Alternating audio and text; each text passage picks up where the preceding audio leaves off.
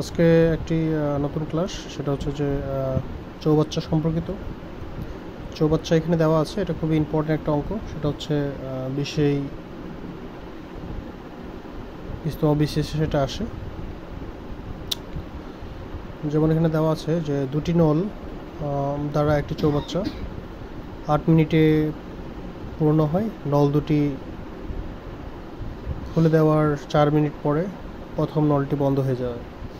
ফলে চৌবাচ্চাটি পূর্ণ হতে 6 মিনিট সময় লাগে অতিরিক্ত। প্রত্যেক নল দ্বারা চৌবাচ্চাটি পূর্ণ হতে কত সময় লাগবে?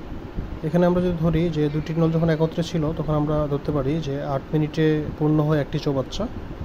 তাহলে 1 মিনিটে পূর্ণ হয় অবশ্যই কম, 8 ভাগের 1 অংশ, এবং 4 মিনিটে পূর্ণ হয় আমরা যদি লিখি 1 ভাগে 4 অংশ, অর্থাৎ কাটাকাটি করলে, অর্থাৎ 4কে যদি আমরা কাটাকাটি করি 4 দিয়ে, 4 একে 4, 4 দুগুণা 8, তাহলে আমরা এই এত অংশ লিখতে পারি। পরবর্তীতে এখানে আছে অবশিষ্ট থাকে তাহলে কত অংশ? যেহেতু আমাদের টোটাল অংশ ছিল সম্পূর্ণ 1 অংশ, তাহলে 1 অংশ থেকে আমরা যদি অর্ধেক বাদ দিই তাহলে থাকে হচ্ছে হাফ অংশ। এবং দ্বিতীয় নল দ্বারা, অর্থাৎ যেহেতু আমাদের দুইটা নল যখন একত্রে ছিল, তখন হাফ অংশ পূর্ণ হতে সময় লেগেছে কত মিনিট? 4 মিনিট। তাহলে বাকি থাকলো অর্ধেক অংশ। এই অর্ধেক অংশ আমাদের দ্বিতীয় নল দ্বারা আমরা কী করব?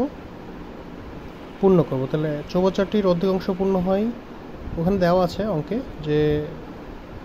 যে বাকি যে অংশটুকু আছে সেখানে সেই অংশটুকু 6 মিনিটে পূর্ণ হয়। তাহলে সম্পূর্ণ অংশ পূর্ণ হতে সময় লাগবে আমাদের 12 মিনিট। পুনরায় আমরা যদি এখানে, তাহলে আমাদের 2 মিনিট, অর্থাৎ দ্বিতীয় নল থেকে আমাদের 6 মিনিটে পূর্ণ হয় অর্ধেক অংশ, তাহলে 4 মিনিটে পূর্ণ হয় 1 ভাগের 3 অংশ। কারণ এখানে আমাদের 4 একে 4 আর 6 দুগুণা 12, তাহলে আমরা যদি এখানে উপরে 4 নিচে 6 দুগুণা 12, তাহলে 4 দিয়ে কেটে, তাহলে 4 একে 4, 4 একে 4 আর 4 3 12, এত অংশ। তাহলে প্রথম নল দিয়ে যদি আমরা 4 মিনিটে পূর্ণ করি, তাহলে আমাদের টোটাল কত ছিল এখানে? কারণ প্রথম যখন নল দুটো চালু করে দেওয়া হয়, তখন কিন্তু প্রথম নল এবং দ্বিতীয় নল একসাথে ছিল এবং তারা দুইজনে একসাথে 4 মিনিট কাজ করেছে। তাহলে সেক্ষেত্রে আমরা এখন যদি আবার প্রথম নল দিয়ে, তাহলে প্রথম নলের পরিমাণ যেটুকু আছে, তাহলে প্রথম নল দিয়ে 4 মিনিট পূর্ণ করে, অর্থাৎ দ্বিতীয় নল, অর্থাৎ একসাথে যে নল দুটো ছিল সেটা থেকে আমরা দ্বিতীয় নল বাদ দেবো, তাহলে আমরা প্রথম নলের পরিমাণটা পাবো। তাহলে প্রথম নল দিয়ে 4 মিনিটে পূর্ণ করে এত অংশ। অতএব আমরা যদি এটা লসাগু করি, 2 আর 3, যেহেতু আমাদের কোনো সংখ্যায় কমন যাচ্ছে না, তাহলে 2 আর 3 আমরা কী করে দেবো? গুণ করে দেবো। তাহলে গুণ করলে কত থাকে? 6। তাহলে এখানে আমাদের 1/6। তাহলে এখানে আমরা দেখতে পাচ্ছি যে অঙ্কের দ্বিতীয় নল দ্বারা যে হাফ অংশ পূর্ণ হয়েছিল কত? 6 মিনিটে, তাই না? তাহলে আমাদের এখানে প্রথম নল দিয়ে তাহলে 6 ভাগের 1 অংশ আমাদের পূর্ণ হতে, অর্থাৎ এইটুকু, এই অংশটুকু 6 ভাগের 1 অংশ পূর্ণ হতে কত সময় লাগবে? 4 মিনিট লাগবে। তাহলে 6 ভাগের 1 অংশ পূর্ণ হতে 4 মিনিট, তাহলে একবার সম্পূর্ণ অংশ পূর্ণ হতে আমাদের কত লাগবে? তাহলে আমরা এটাকে উপরে যে 4 ছিল নিচে 1/6 দ্বারা কী করে দেবো? ভাগ করে দেবো।